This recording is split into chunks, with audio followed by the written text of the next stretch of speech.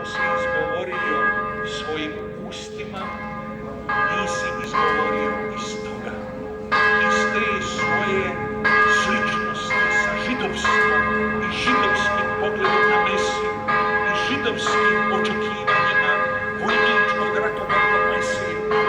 Nego, Šimone, Simeone, to ti javio Otac nebesni. Vjera se ne valja, vjera ne raste zajedno s krumpirima, vjera se ne siše od majčinoga mlijeka.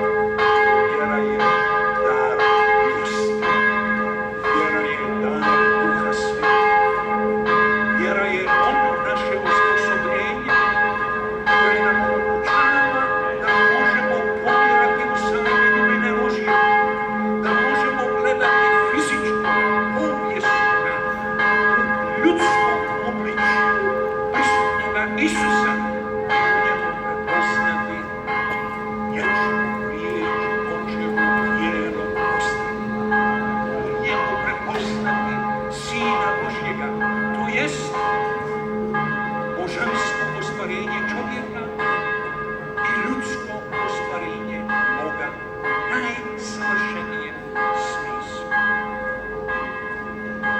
I ne može Isus protiv sebe. Ne može Isus sakriti da je On darežljivi Bog, da On ne samo nas obasipa svim Božjim blagoslovima, nego nas obasipa samim sobom, dajući nam sebe, predajući nam sebe, svoje bogočuvstvo.